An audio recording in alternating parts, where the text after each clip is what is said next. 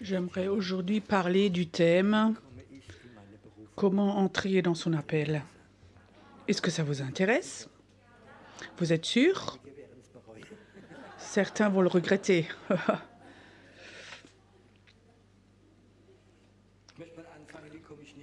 J'aimerais commencer comment je ne vais pas dans mon appel. Ou je vais...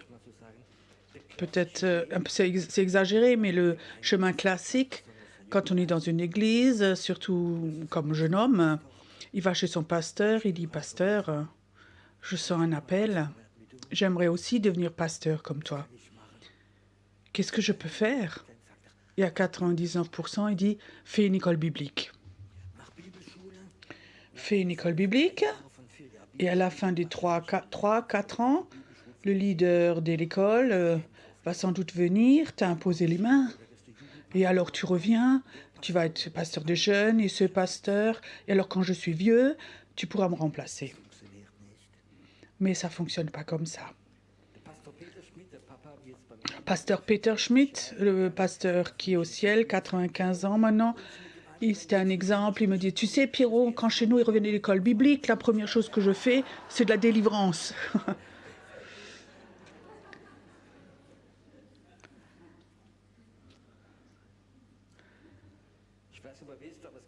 Je ne sais pas si vous savez, mais en Allemagne, il y a presque 200 écoles bibliques différentes. Chacune enseigne un peu différemment. Ce n'est pas faux d'avoir une base de connaissances bibliques, mais je crois que ce n'est pas la manière dont les gens rentrent dans leur appel. Tu sais, si Dieu n'appelle pas les gens et ne prépare pas le chemin pour eux, alors tu peux faire toutes les écoles, tu peux faire la théologie pendant 10 ans et tu peux avoir un doctorat en théologie, tu n'as aucune chance. Peut-être que tu sais prêcher, mais tu n'es pas appelé de Dieu. Pas appelé de Dieu. Et tu sais, il y a cette fameuse appel de Dieu et Dieu a un chemin pour toi. Et j'aimerais parler de ce chemin et de mon expérience. Moi, j'ai donc commencé il y a 2-3 jours de parler du psaume 23. Et ça, c'est le psaume où un roi, David, où Dieu a décidé, je veux le faire rendre prophète, le faire prophète. David, c'était un combattant, le chouchou de Dieu. Et alors, il avait un besoin, quelqu'un de faire de la confiance qui peut voir dans l'avenir. Et David, c'était le premier homme de la Bible qui a vu la crucifixion de Jésus 1000 ans avant que ça se réalise. 1000 ans, dans ce psaume 22, il écrit de cette vision qu'il avait eue, des mains et des pieds percés. Et il sait, c'est le Messie. Son habit va être joué au sort. Et alors il écrit après le psaume 23, « L'Éternel est mon berger ». Et après il écrit le psaume 24, « Élevez vos linteaux ». Vous savez, qu'est-ce que ça veut dire, élever vos linteaux? Vous avez déjà réfléchi? Élevez vos linteaux. Ce n'est pas facile d'agrandir une porte. Moi, je peux la faire plus petite, mais pas plus grande. Je ne suis pas quelqu'un du métier, mais pour plus petit, je mets des planches de chaque côté. Alors, ça sera petit, ça, c'est très facile. Mais pour agrandir une porte, ça ne va pas bien. Comment on fait? Il faut casser le cadre. Mais lui parle d'une porte spirituelle. Il sait, ce Jésus vient, c'est celui qui sauve, c'est le Messie. Et il ne va pas passer par la porte du légalisme, mais ça va être une porte de grâce. La porte du légalisme, personne ne réussissait à part Jésus. Et David, il savait, celui qui ne va pas passer par la porte de la loi, mais une nouvelle porte. Élevez vos linteaux, le roi vient, ce roi va venir, et cette nouvelle porte, ça va être la porte de la grâce. Ça veut dire... Il ne faut pas que tu fasses quoi que ce soit. Toi, tu as ouvert, Dieu a ouvert la porte pour toi. David dit « Ouvrez vos portes » et il prophétise de façon fantastique. Et David commence à parler de ce Jésus dans le psaume 22. Il est devenu prophète. Mais comment est-ce qu'il est devenu prophète? On a entendu, ça commence dans ce prophète, dans le psaume 22. « Je prie et tu ne me donnes pas de réponse. Dans la nuit, je ne trouve pas de repos. » Tu sais, il y a des temps qui vont venir dans notre vie, on va prier, où Dieu ne va donner aucune réponse. Tu connais cela? Mais on a appris, mes brebis entendent ma voix. Oui, c'est juste. Mais il y a des jours où Dieu ne dit plus rien en face de toi, consciemment, pour que quelque chose se passe. Je veux dire que ça, ce ne sont pas les circonstances qui sont graves ou les démons. Si Jésus ne parle pas 3 jours avec moi, ça, c'est grave. Alors Pierrot meurt à l'intérieur, peut-être tu ne le vois pas, mais à l'intérieur, quand Jésus ne me parle pas 3 jours, alors quelque part, Jésus est tout petit, et il est en train de mourir. Et ça, Jésus veut parfois le faire avec nous. Jésus voudrait parfois qu'on ait des temps où nous mourrons, où notre chair meurt, notre orgueil ou d'autres choses, pour qu'il puisse toujours mettre une nouvelle vie en nous. Et que toute notre vie, ça va être un échange. David, ce roi, cet homme de foi, ce battant de Dieu, il arrive à ce point où il dit « Je suis plus un humain, je suis un ver. Mon cœur est comme de la cire qui fond. » Et ce combattant, il était complètement fondu. Et alors, il tombe dans la condamnation, il tombe dans le trou. Et tout d'un coup, il a une vision de Jésus. Tout d'un coup, il est devenu prophète. Et je ne sais pas si d'entre vous a été béni par le psaume 23 déjà. Là, il y a tellement dedans. Il a béni tellement des millions de personnes au travers de ce psaume 23. C'est le psaume le plus beau de la Bible parce que le roi est devenu vert. Et j'aimerais un peu vous raconter comment Dieu fait cela. Tu peux vite courir, sortir si tu as peur de cela. On peut laisser fermer la porte et on peut tous sortir en bas. Non. Moi aussi, j'étais un roi comme ça. À 25 ans, j'avais déjà mon entreprise, 5 entreprises, une villa. J'avais 30 employés, je gagnais beaucoup d'argent. J'avais un appartement de vacances. J'avais la voiture la plus chère qui existe. Et souvent, j'allais dans le restaurant le plus cher avec mes clients. Et tout de suite, les employés libéraient une table et disaient « Monsieur Fay, viens, libérer la table là-bas. » C'était un sentiment très beau. J'avais une équipe de foot avec mon T-shirt, j'étais sponsor. Et une fois, il y avait une finale et mes 2 équipes étaient en finale. Et les journaux avaient une grande photo avec les 2 équipes, avec les mêmes T-shirts, la même entreprise, le même sponsor. C'était un sentiment merveilleux. Mais Dieu avait sans doute un appel pour ma vie et je devais descendre très profond. Et c'était tellement profond que je suis atterrie en prison, j'étais en fuite. Donc j'étais en fuite à cause de mon business. Et après, Dieu m'a appelé. Et je suis allée dans une petite église pentecôtiste et aussi très tôt, parce que j'étais dans l'occulte à l'époque. Je voyais des choses dans l'esprit et je recevais le don de l'esprit. Et ça, c'était pas habituel dans cette église pentecôtiste. Plus de la moitié des gens là-dedans avaient fait l'école biblique. 4-5 ans, ils avaient un titre et moi, je viens en tant que jeune, nouveau converti. Dans cette église,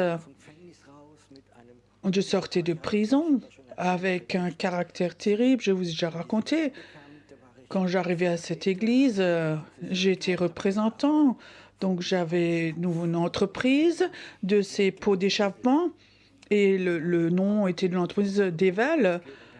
Et sur ma voiture, il y avait donc un autocollant Devel. Maintenant, tu imagines, j'arrive là dans mon église pentecôtiste avec ma voiture, avec cet autocollant. Et c'était l'époque où ils avaient tous les autocollants « Jésus t'aime, Jésus revient bientôt ». Et moi, je viens avec cet autocollant.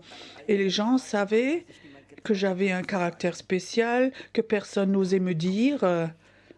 Là, autocollant sur la voiture. Après plusieurs semaines, ils ont osé dire à mon épouse. Tu sais ce que ça veut dire en anglais, devil?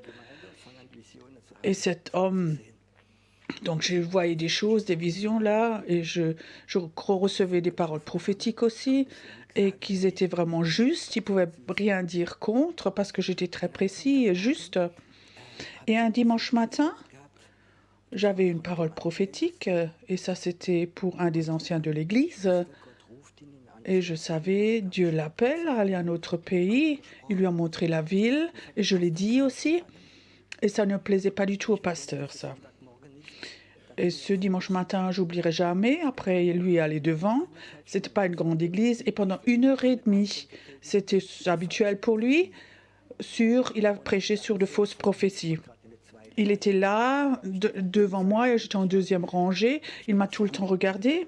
Et je peux te dire, tu deviens de plus en plus petit sur ta chaise, et tout le monde savait pourquoi il racontait ça. Et à la fin, avant qu'il dise Amen, il dit, je vous encourage quand même à prophétiser. C'était un super encouragement pour moi. J'étais vraiment abattue. Je rentre chez moi. Ce dimanche matin, mon épouse n'était pas avec à l'église parce qu'elle allait pas bien. Je rentre chez moi et Bon, il était midi et demi, je vais ouvrir la porte. Elle m'a déjà entendu, elle vient à ma rencontre, elle ouvre la porte. Ah, rentre, ah, j'ai entendu que tu as donné une mauvaise prophétie aujourd'hui.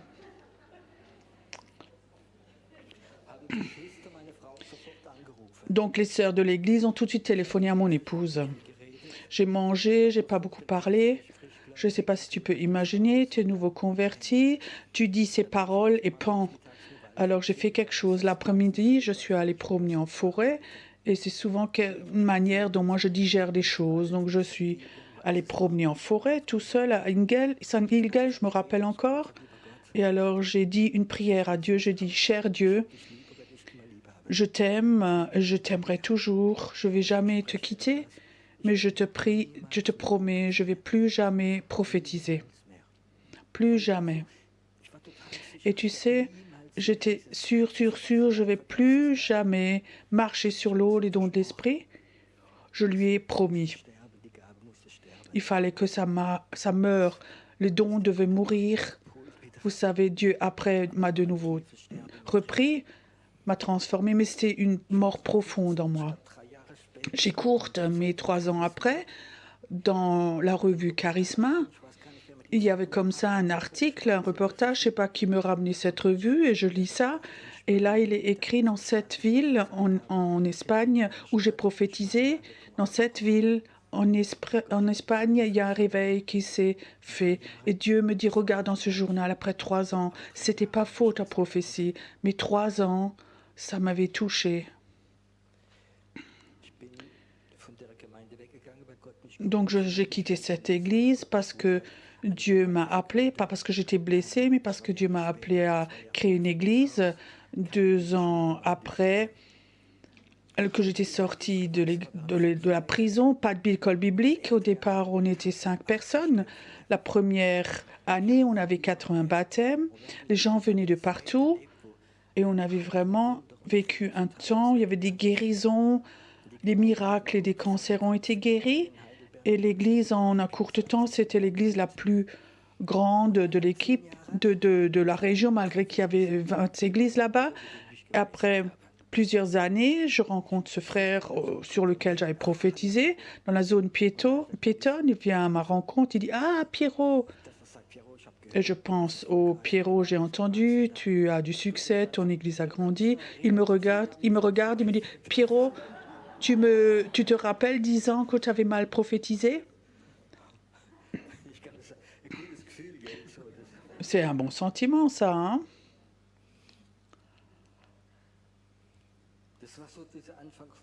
Ça, c'était comme ça mes débuts dans le ministère prophétique. Après, Dieu m'a appelé, lâche ton boulot.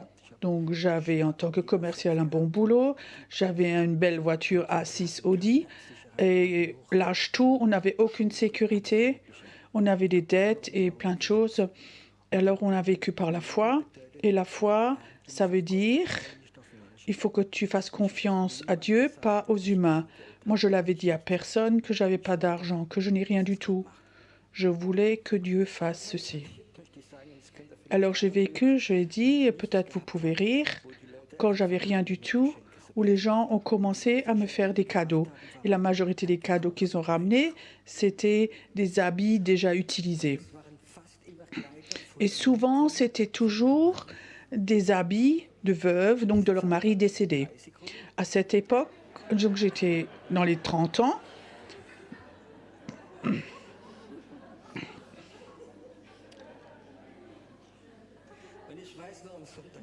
Et je sais encore, le dimanche matin, j'étais là devant, la cravate du frère tel et tel, la veste de tel et tel, même les sous-vêtements, les chaussures, les chaussettes, sans doute de 6 frères qui étaient au ciel. Et vous savez ce qui était beau? Les veuves se sont réjouies, ça c'était beau. Oh, la cravate de mon mari se promène là devant.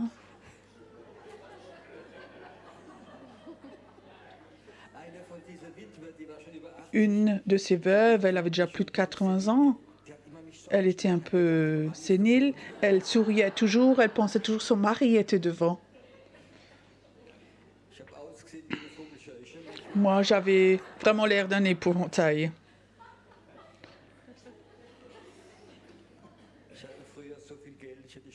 À l'époque, j'avais tellement d'argent. J'aurais pu avoir les plus beaux habits. Et maintenant, je me promène là. Après, on a fait un séminaire. Le premier séminaire de l'église, on était dans le Odenwald. C'était une petite maison. Et dans cette maison de vacances, il y avait une petite église. Ils étaient 6-7 personnes. Et la majorité des personnes, c'était des vieilles personnes qui habitaient là-bas ou des gens qui étaient psychiquement malades.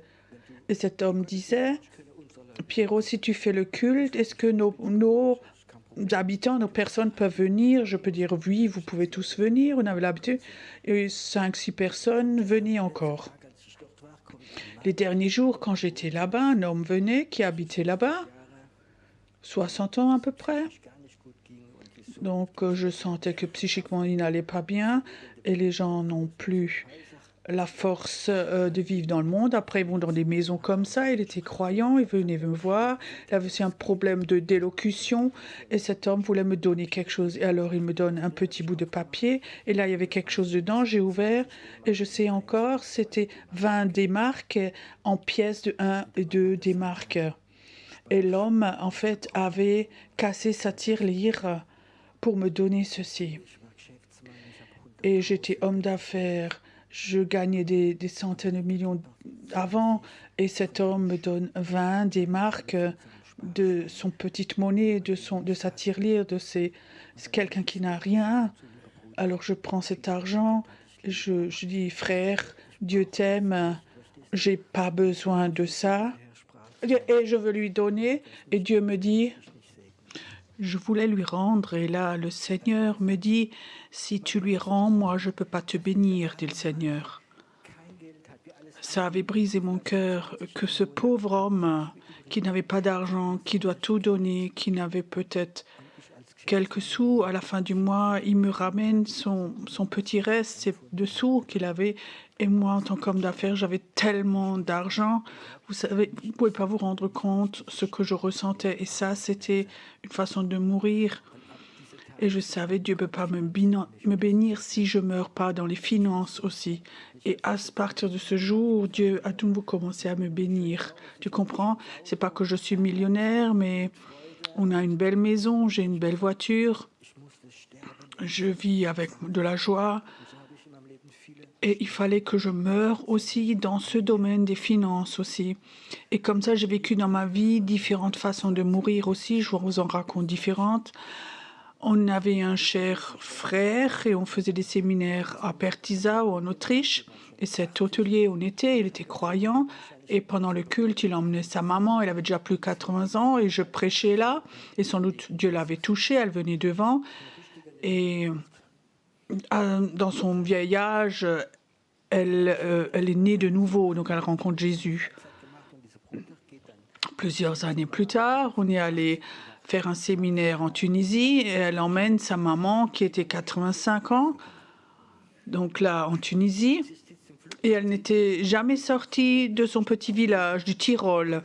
Elle était assise dans l'avion et elle se lève dans l'avion et elle dit « Oh, la belle église !»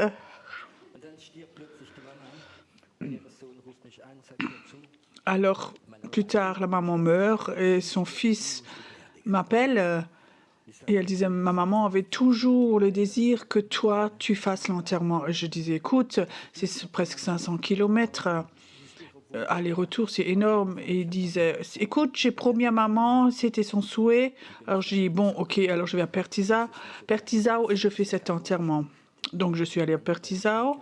C'était un petit village très très catholique et ils n'avaient pas d'autre endroit pour faire l'enterrement que dans l'église catholique.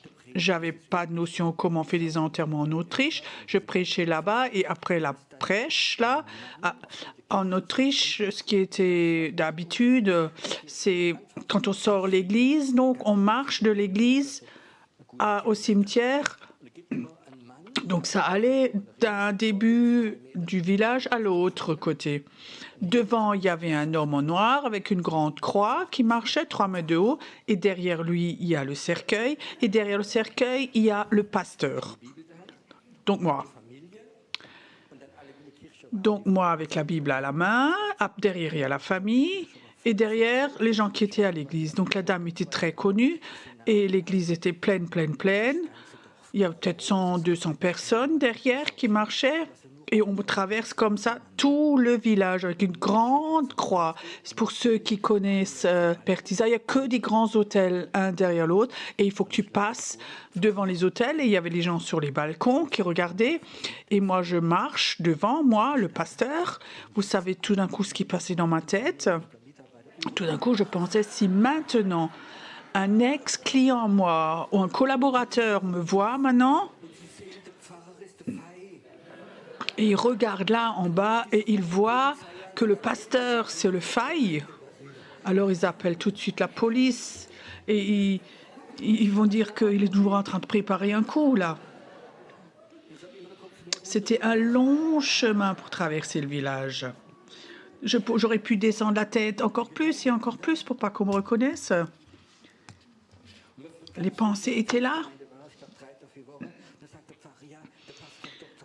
Et quand j'étais tout nouveau dans cette église pentecôtiste, le pasteur disait « Oui, maintenant on fait une petite séminaire dans le Odenwald et l'église là-bas. » Donc s'occupait d'un petit groupe comme ça de gens psychiquement malades et des gens qui ont des problèmes de drogue. Et le monsieur disait « Tu peux venir avec nous dans le bus. » C'était dans les années hippies comme ça. Il y avait comme ça un bus Volkswagen avec des papillons, des fleurs dessus.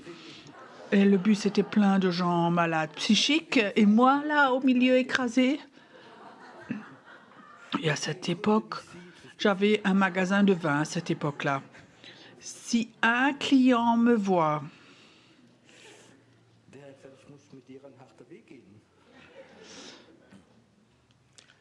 le Seigneur a dit, il faut que j'aille avec toi un chemin difficile. Mais j'aimerais simplement raconter d'un frère qui avait un ministère très très puissant. Oui, donc un ministère international et il avait une forte onction aussi, un fort ministère. Et alors il me raconte, en France, il travaillait en tant que commercial dans une entreprise. Ils étaient 5 commerciaux et tous les lundis matins, ils se réunissaient dans le magasin pour parler de leurs bénéfices. Ils avaient une réunion. Donc le lundi matin, il y avait le chef devant avec les 5 commerciaux. Et il servait déjà Dieu, il avait déjà un groupe de maison. Alors le Saint-Esprit lui dit, regarde là le collègue à côté là qui est assis, invite-le ce week-end chez toi à la maison. Alors il dit, Saint-Esprit, ça va pas, on est juste en train de rénover une pièce là, en train de la retapisser. Ça, je peux pas faire dire à mon épouse, elle ne sera pas d'accord, on est en train de rénover pour inviter comme ça quelqu'un. Et il dit, Seigneur, je fais une autre fois. Le Saint-Esprit dit, encore une fois, invite-le. Et non, mon épouse ne sera pas d'accord. Alors, il ne l'a pas invité. Le lundi d'après, il y avait de nouveau une réunion et le chef vient, il dit, j'ai une mauvaise nouvelle. Votre collègue, il s'est suicidé, il s'est pendu. Alors, il disait, chez moi, tout était mort, tout est mort en moi. J'étais le plus grand des losers, j'avais pas obéi. Cet homme, il s'est suicidé parce que moi, j'étais fautif. Il est tombé très, très profondément dans le trou. 3 jours, disait, j'étais tellement au fond du trou. Et le Saint-Esprit me parlait, disait, abandonne ton boulot et rentre dans le ministère à plein temps. Tu sais ce que c'est ça? Alors il a commencé et ça, c'était le ministère de la grâce. D'abord mourir et après il y a le ministère. Pas le succès et fidèle et alors tu rentres dans le ministère. Non, Dieu aura toujours un principe qui s'appelle mourir.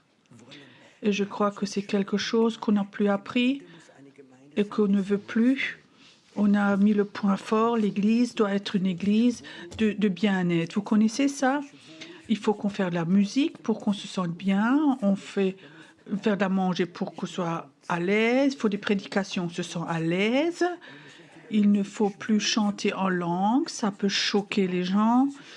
Il faut se sentir bien. Les nouvelles personnes doivent se sentir bien. Il faut avoir de la croissance. Jésus dit, il faut mourir. Si le grain de blé ne meurt pas, il ramène pas de fruits. Et ce principe de mourir ne va pas s'arrêter. Ça ne va pas s'arrêter. Nous sommes dans un temps où Dieu appelle des gens prophétiques. Le don prophétique va revenir très fortement, comme jamais auparavant. Il y a un temps qui va venir, qui ne vont plus aller chez des voyants, mais ils vont chercher les prophètes. Une femme s'était convertie chez nous, et alors m'a raconté, elle était 20 ans voyante à Francfort. Cette femme est devenue très très riche, et elle dit, ses clients, c'étaient les politiciens. Ils venaient régulièrement chez elle, voyaient, regarder dans sa boule de cristal parce qu'ils vivaient dans la peur. Et elle devait prophétiser et elle recevait beaucoup d'argent. Il y a même le centre des finances peuvent confirmer aussi, il y a des milliards qui lui ont été donnés. Mais il y a des temps où Dieu dit, c'est moi qui vais parler et plus les autres. Dieu va commencer à parler. Et Dieu va avoir un peuple prophétique et appeler un prophétique. Peut-être qu'ici, il y en a certains qui sont assis, mais Dieu dit, ça ne va pas être le chemin du succès, mais plutôt le chemin de mourir. Il y a un beau principe dans la nature. En Allemagne, en Suisse, en Autriche, chaque année, il y a octobre-novembre, il y a quelque chose de terrible. C'est les arbres, ils perdent leurs feuilles.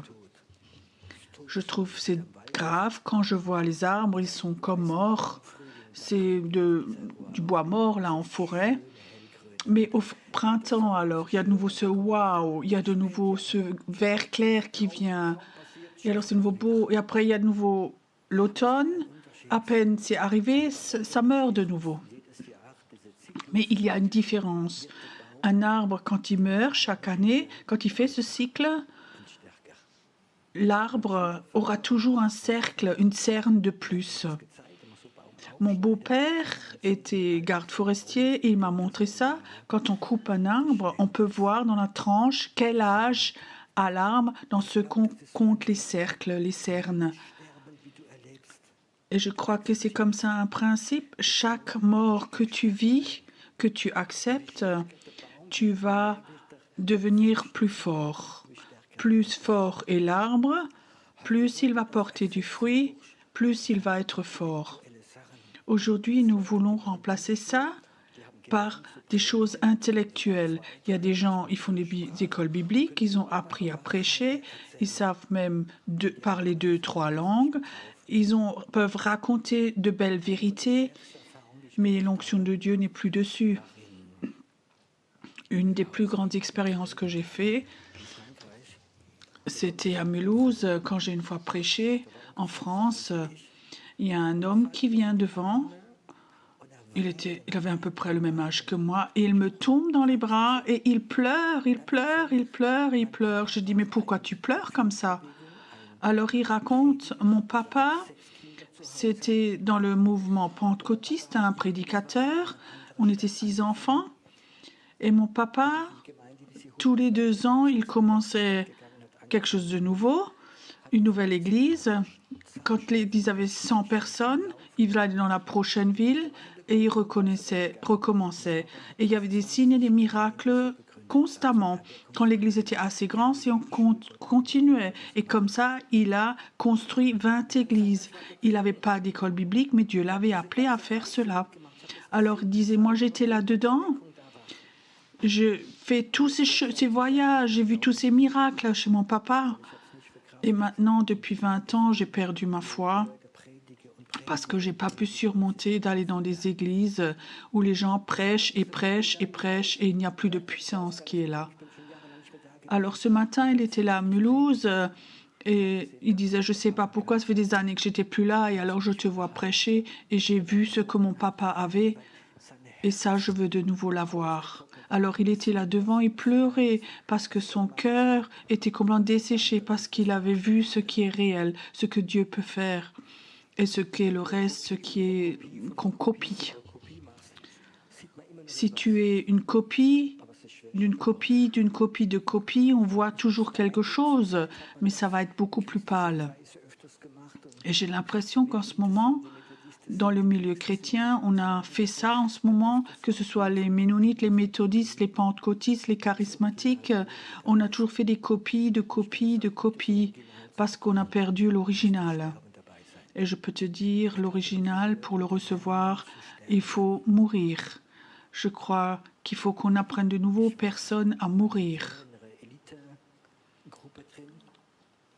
J'étais au service militaire dans un groupe élite et on était menus à la dure. Alors je me rappelle un des premiers exercices, ils ont fait un grand trou, 2 mètres sur 2, peut-être 2 mètres ou 2 mètres 50 de profond. Et alors ils t'ont jeté là-dedans et il faut que tu sors tout seul de ce trou. Et c'est pas si facile que ça. Et il y a des gens là-dedans, ils ont crié, ils ont eu des dépressions, ils ont crié comme des enfants parce qu'ils ont eu des paniques. L'officier a dit ça les intéresse pas. Si tu veux mourir, meurs. Bah, à midi, il y a le repas si tu veux. De l'autre côté, ils ont appris de leur propre force à sortir, de développer une volonté. Et ça, on l'a perdu en ce moment. Tu as de la valeur, tu es aimé de Dieu, ce bien-être, et tu es caressé, et tout, comme ça, tout ce sentiment de valeur et sentiment de bien-être jusqu'à ce qu'on explose, parce qu'on se sent tellement bien et parce qu'on se sent tellement aimé. Dieu dit, sortez dans le monde,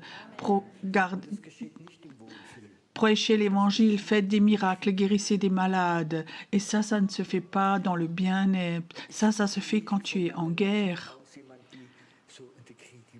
Moi, je ne suis pas de ma nature quelqu'un qui veut provoquer la guerre. Le bien-être, chaque personne d'entre nous le connaît. Et parfois, Dieu fait l'inverse.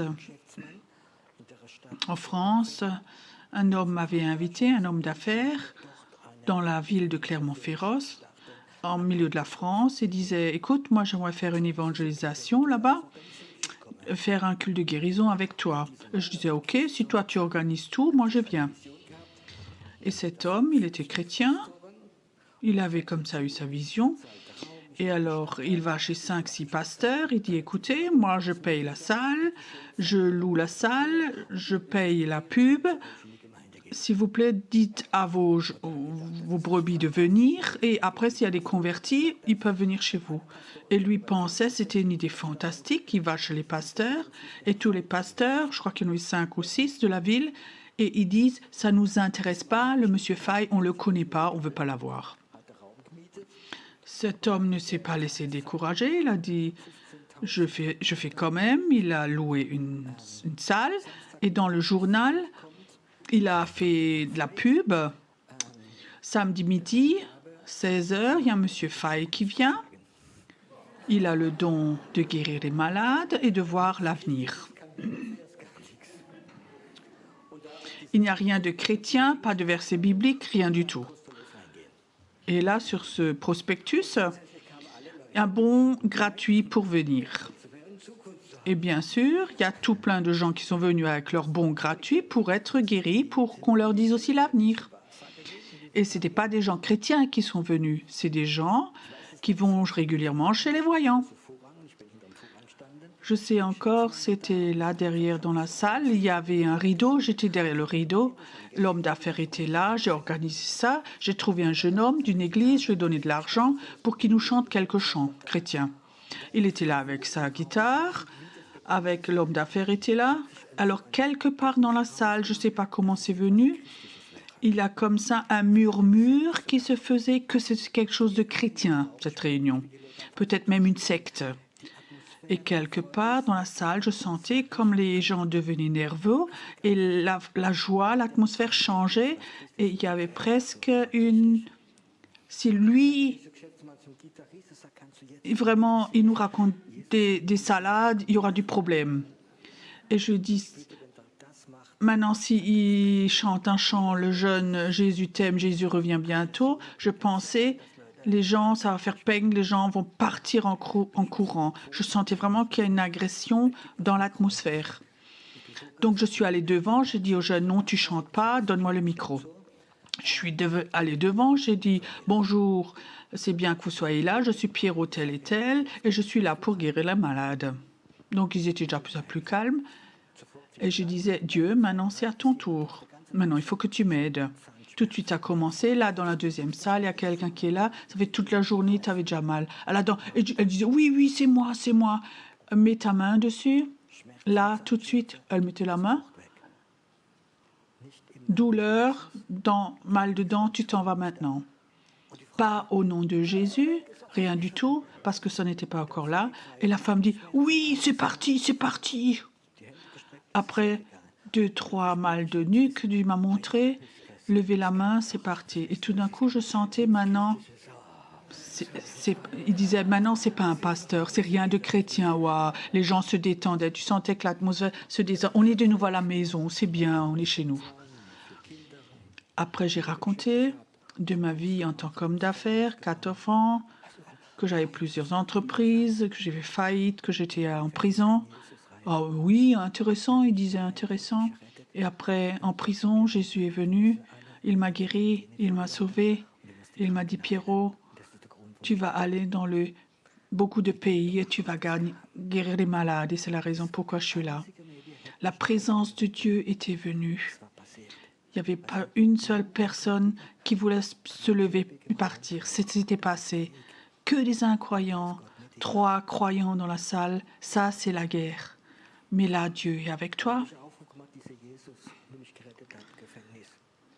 Alors, j'ai fait un appel que ce Jésus qui m'avait sauvé dans la prison, il est là cet après-midi. Il m'a promis là où tu vas aller, je serai avec toi. Et j'aimerais faire la même chose. J'aimerais guérir.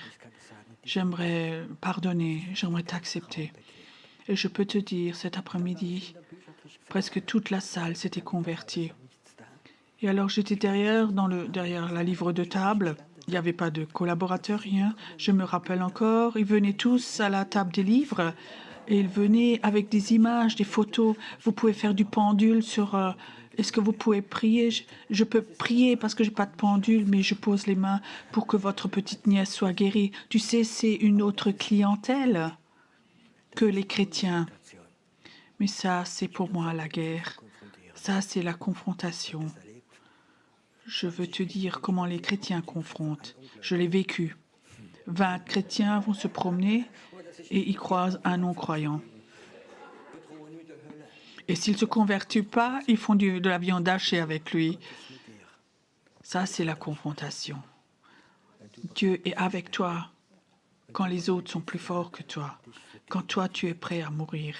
Quand tu es prêt à t'humilier.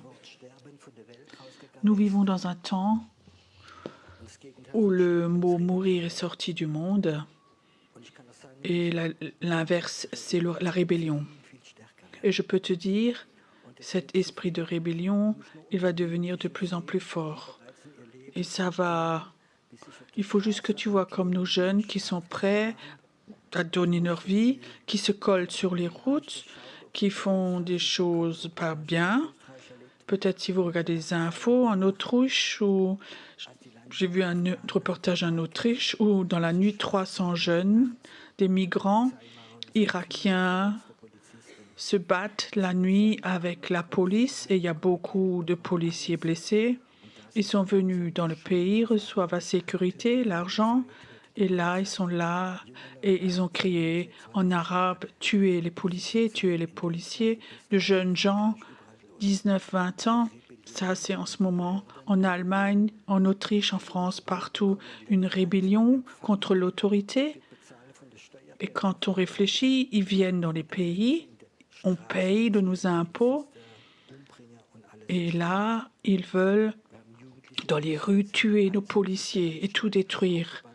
Nous avons des jeunes qui sont prêts à faire toutes les bêtises possibles. On se colle sur les routes.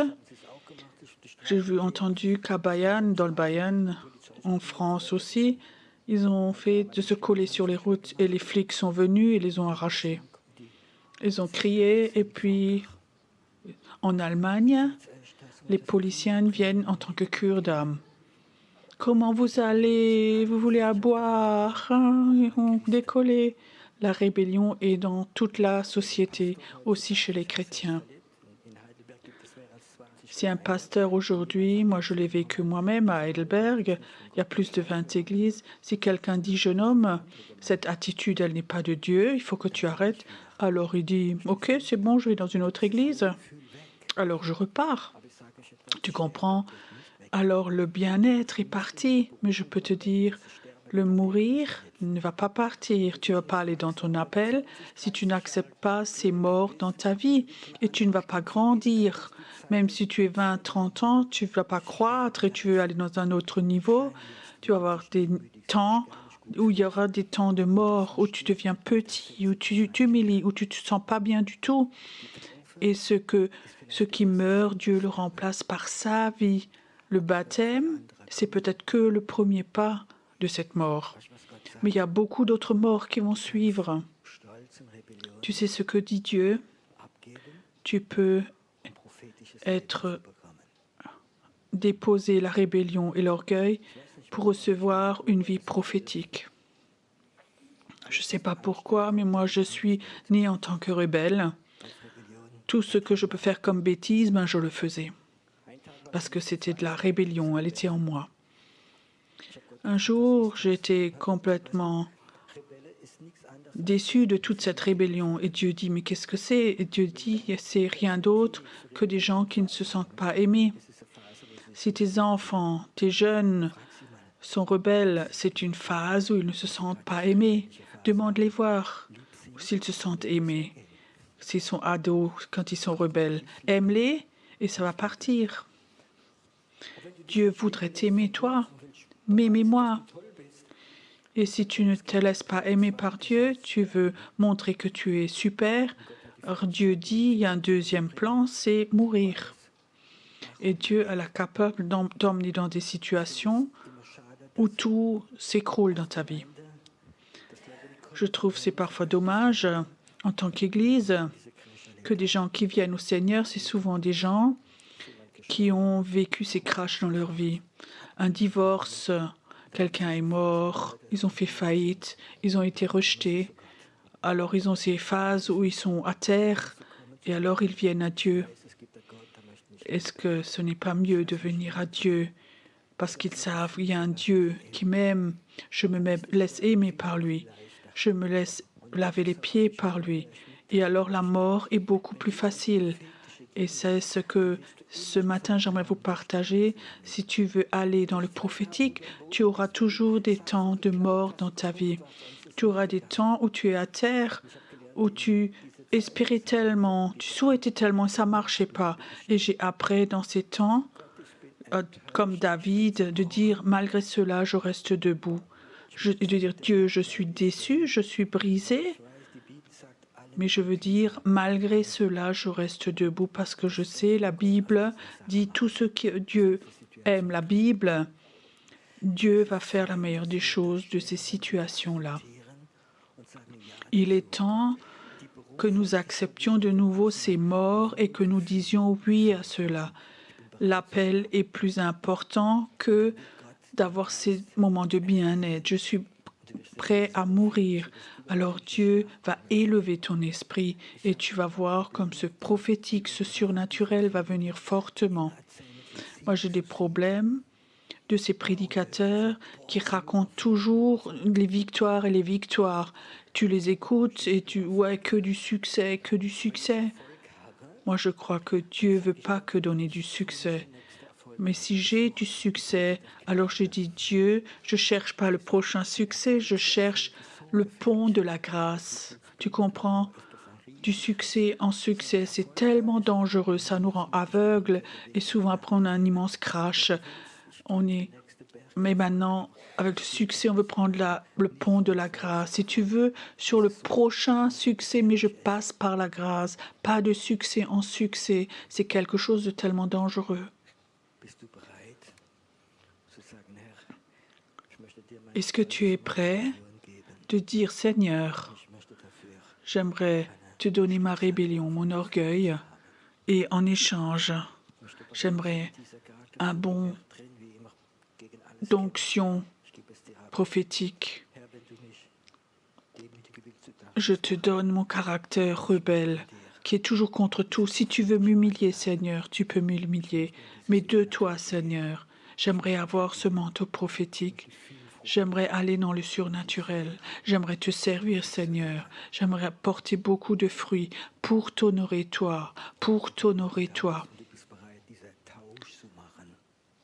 Si tu es là ce matin et tu es prêt à faire cet échange, ta rébellion, ton orgueil, de déposer tout ça, de dire Seigneur, je te le donne.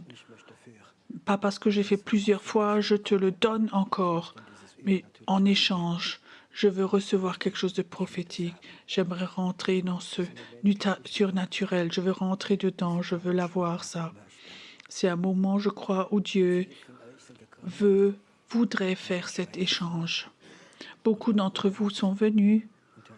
Ils ont ramené des francs suisses ou des euros et tu les as échangés contre la monnaie d'Israël, d'ici. Simplement fais un échange. Cet échange aussi, tu peux le faire ce matin. Ce matin, tu peux échanger ton toit, de lui donner ton toit. Mon moi, je ne veux pas mourir.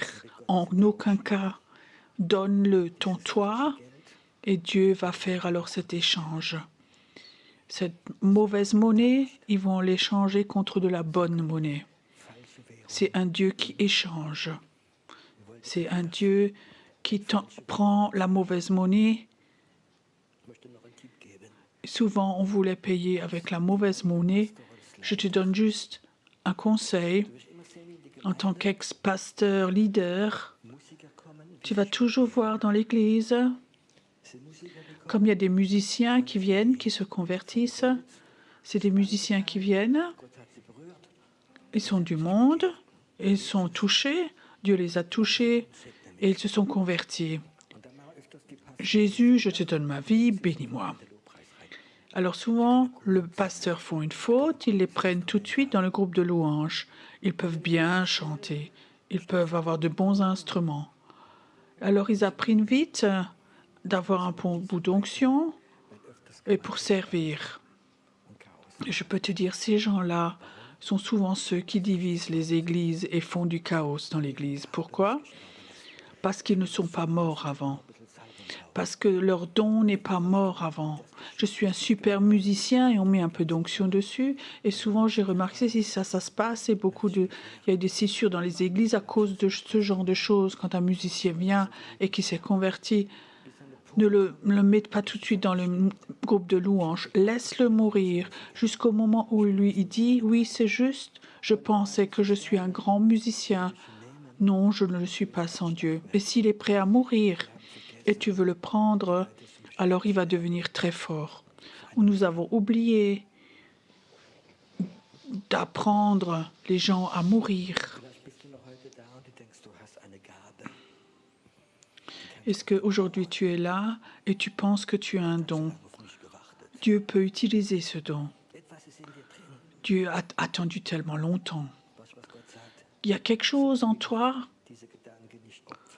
Tu sais ce que Dieu dit aussi longtemps que tu ne sacrifies pas ces pensées-là. Je ne peux pas vraiment t'utiliser.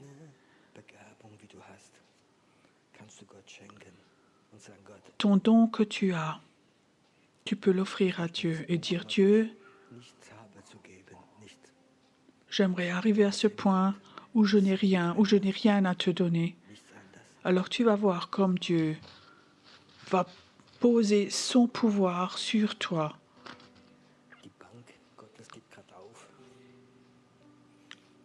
La banque de Dieu est en train de s'ouvrir. Est-ce que tu es prêt à faire cet échange? Est-ce que tu es prêt à échanger la mauvaise monnaie, de lui déposer ça et de dire je te la donne? J'aimerais avoir la bonne monnaie. Tu sais, la garantie d'une monnaie est toujours quelque part. Que ce soit en dollars, en euros, il y a toujours une réserve en or. La valeur de Dieu, c'est aussi une réserve, c'est une sécurité, c'est le sang de Jésus. Merci Seigneur que ta banque est en train de s'ouvrir ce matin. Qu'un échange se fait maintenant.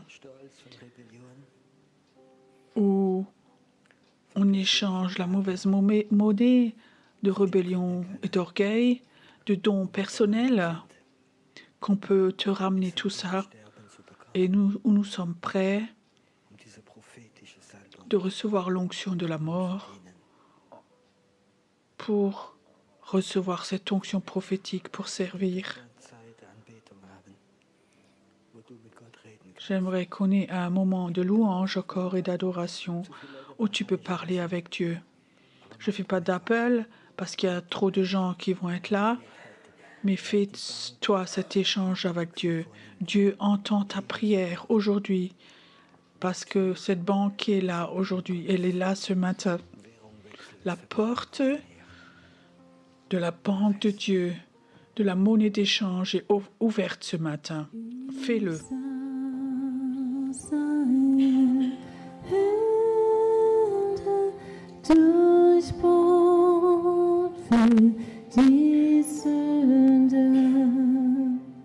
Ich sah seine Füße geheftet ans Kreuz, dann sah ich sein Haupt und verwundert die Seite.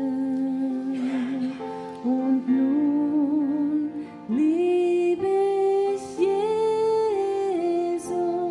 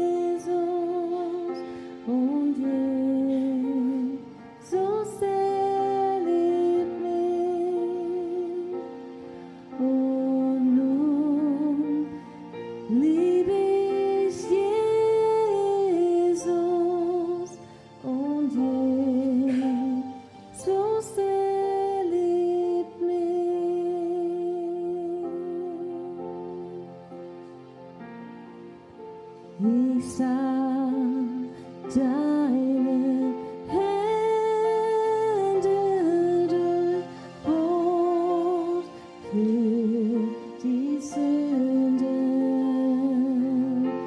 Ich sah deine Füße geheftet ans Kreuz. Dann sah ich dein Haupt und verwundet die Seite. Und nun liebe ich Jesus und Jesus liebt mich. Und nun liebe ich Jesus und Jesus, er liebt mich.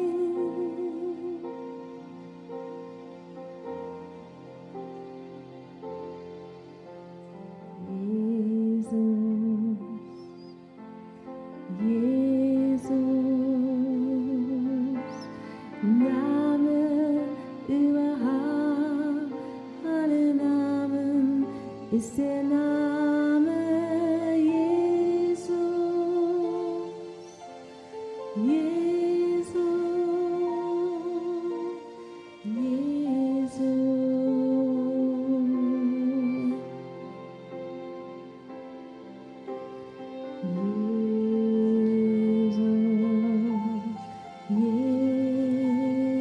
Jesus.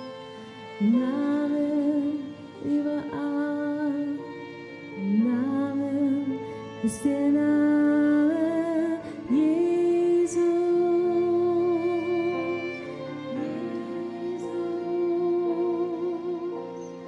Jesus, Jesus.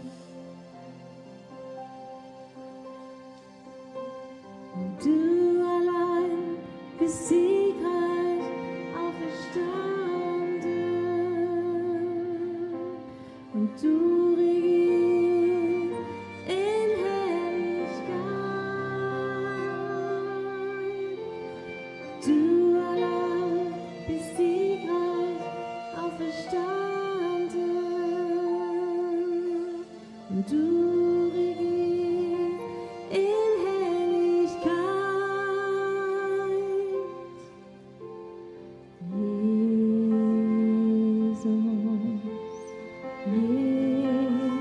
Jesus, Name über alle Namen ist der Name Jesus.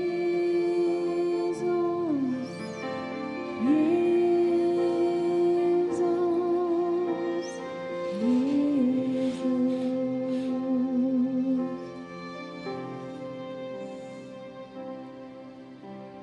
Er allein ist siegreich auferstanden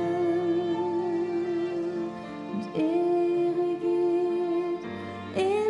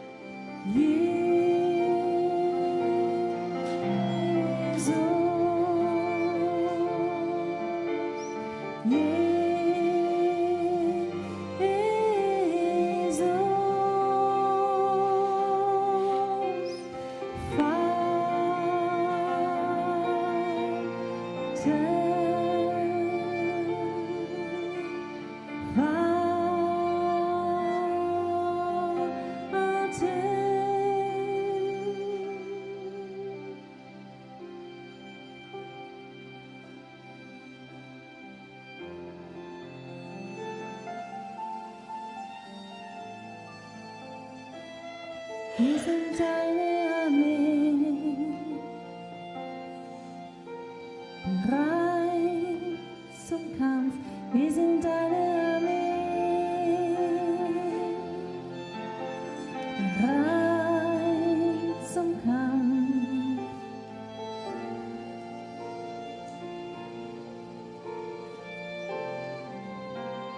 Ruf mich bei meinem Namen.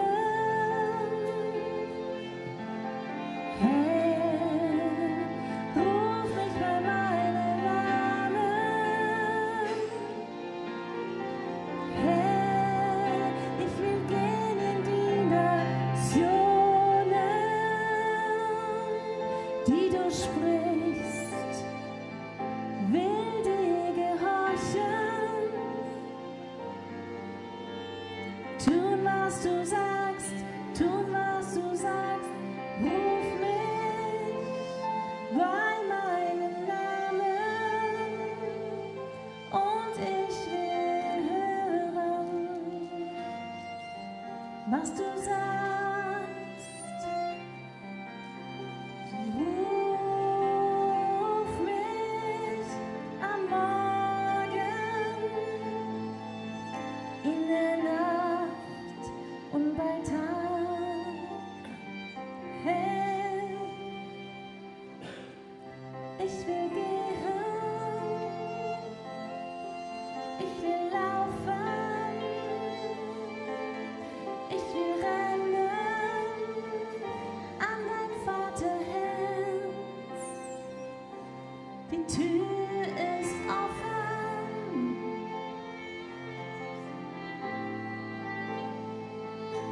Die Tür ist offen für mich. Ruf mich bei meinem Namen. Lass mich gehen in die Nationen. Ruf mich. Sende mich, salbe mich, Herr.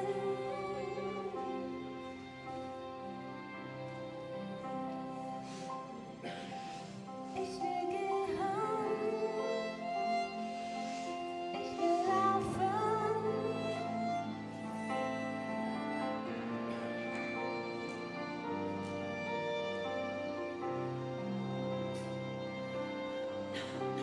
So heil mich, dass ich gehen kann. Setze mich frei, dass ich laufen kann. Und ich will laufen in die Nationen.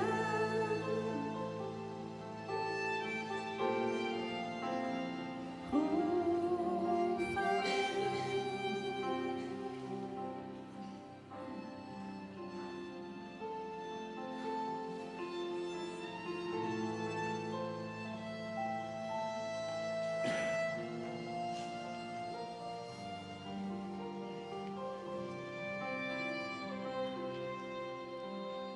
Tauf mich mit deinem Feuer. Ruf mich in der Nacht. Befrei mich.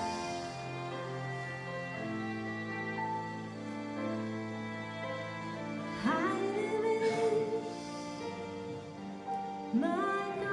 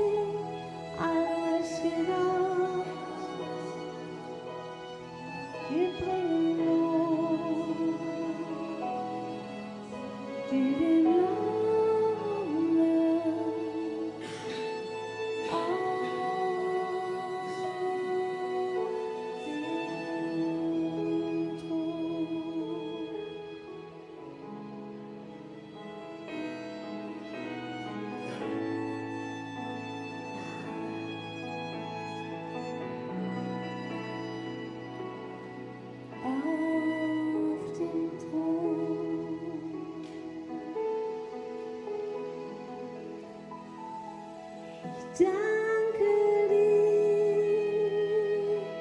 für dieses Land.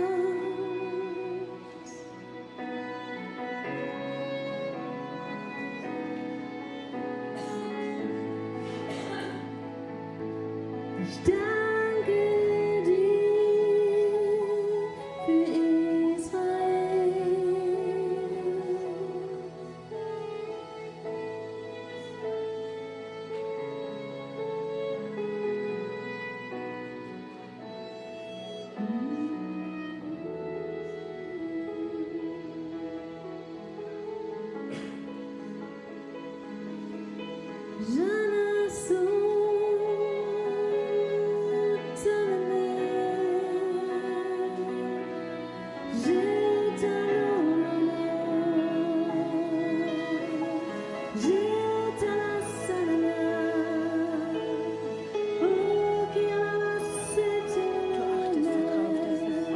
Immer aufhören, ne? Das ist immer aufhören.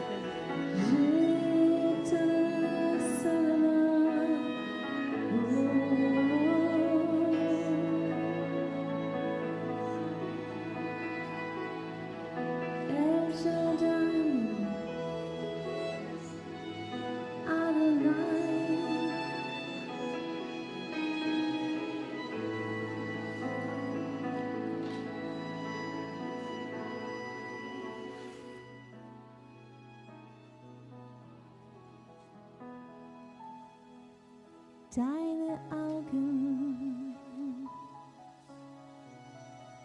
sind gerichtet auf diesen Ort. Deine Augen sind gerichtet auf diesen Ort. Ein Ort der Heilung wirst du sein. Ein Ort der Heilung willst du sein. Höre Enborken, ein Ort der Heilung wirst du sein.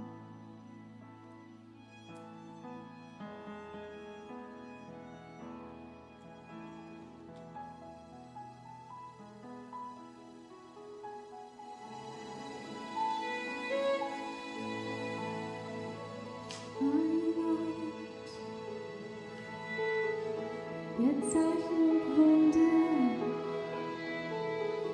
werden geschehen.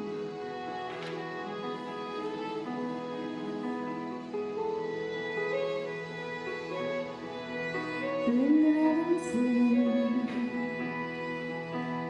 Lahme werden gehen.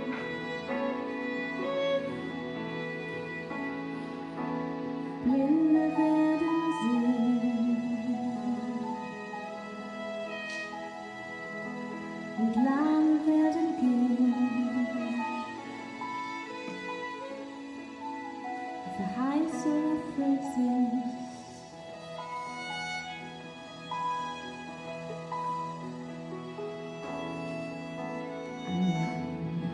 Und der Heilung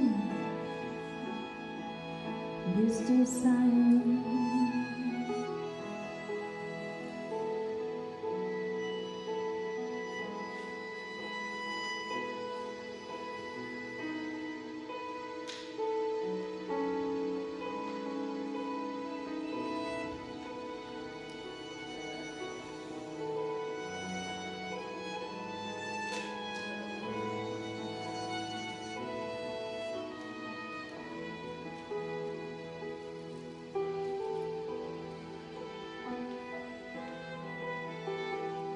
Du bist mein Zufluchtsort. Ich werde nicht in deiner Hand, denn du schützt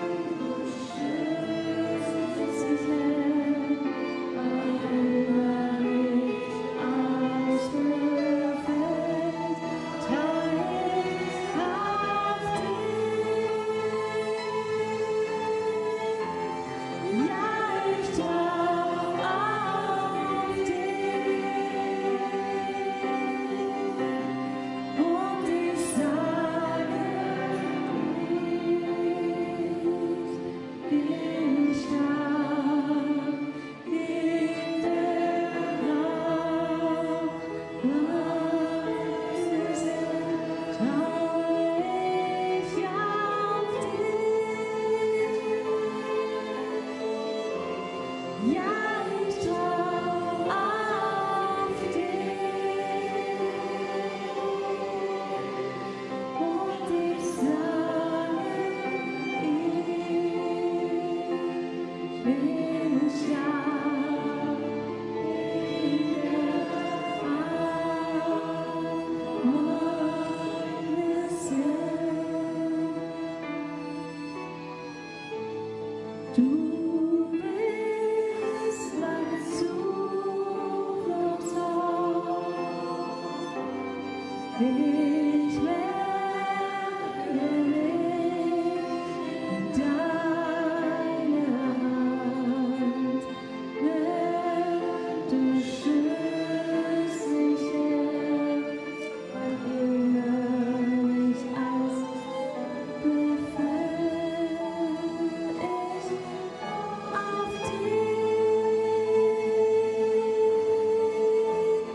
Ja, ich trau auf dich und ich sage, ich bin stark in der Hand meines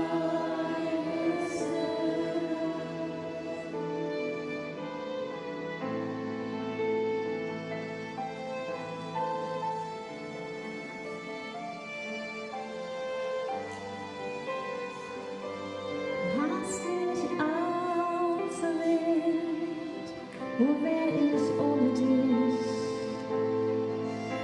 Verloren, weil du mich so liebst, hast du mich geschaffen, zu deiner Ehre, Herr.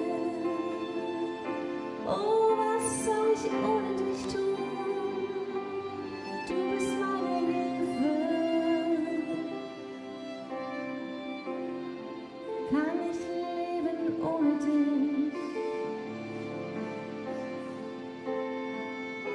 Begegne mir so.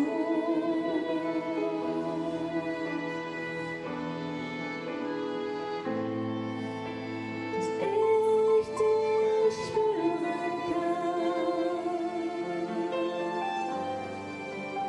dass ich dich fühlen kann. Schenk mir Tränen, schenk mir deine Gegenwart und halte mich fest.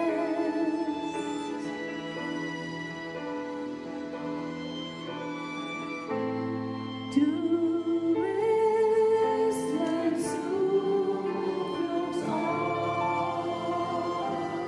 Ich werde mich in deine Hand, denn du schützt mich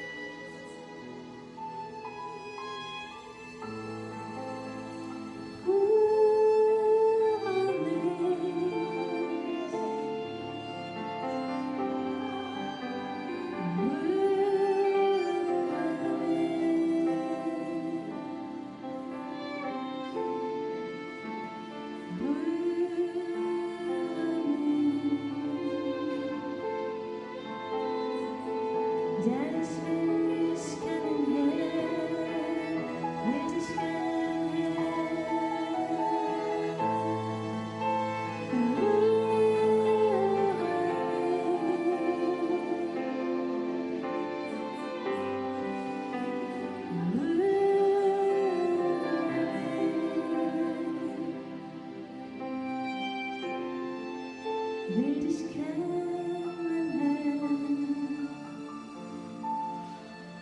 will dich sehen,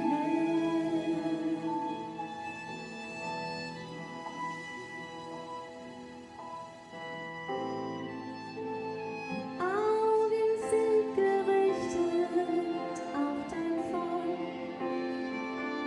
In dieser Augen schaust du mich an. Und in deinem Blick ist Liebe.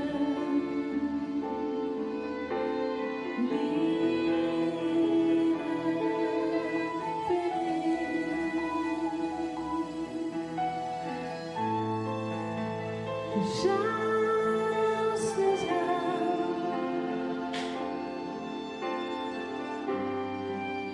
Und ich trau mich, dich auch anzusehen. Weil ich weiß, dass du mich liebst. Und aus deinen Augen kommt Liebe für mich. Du liebst mich, Jesus.